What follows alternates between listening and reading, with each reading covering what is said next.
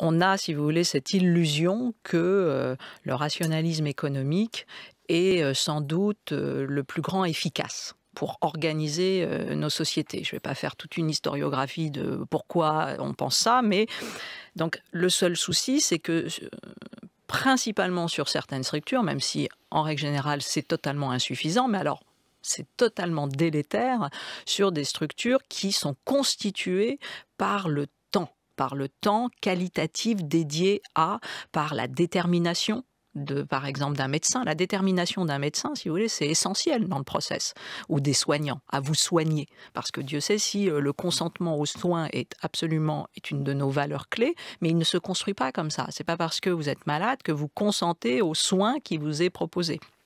La collégialité, les maladies sont extraordinairement complexes, mais la collégialité, c'est du temps passé avec toutes les autres disciplines pour tout d'un coup amener le. Donc, si vous voulez, tout ça, ce qui paraît du bon sens. Aujourd'hui, c'est derrière une finalité inversée qui est celle de dire il me faut moins de lits, il me faut moins de postes, Avoir etc. une vision comptable de la Avoir santé. une vision comptable. Et ça, hélas, quand vous abandonnez ça, vous abandonnez en fait le capacitaire d'une société.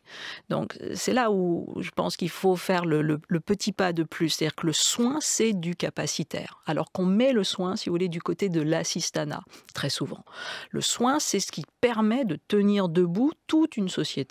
Donc, c'est fondamentalement la matrice de l'émancipation, c'est la matrice de l'autonomie, au de la sens démocratie aussi. de la démocratie, du fait que nous allons pouvoir être des ressources les uns pour les autres, etc., etc.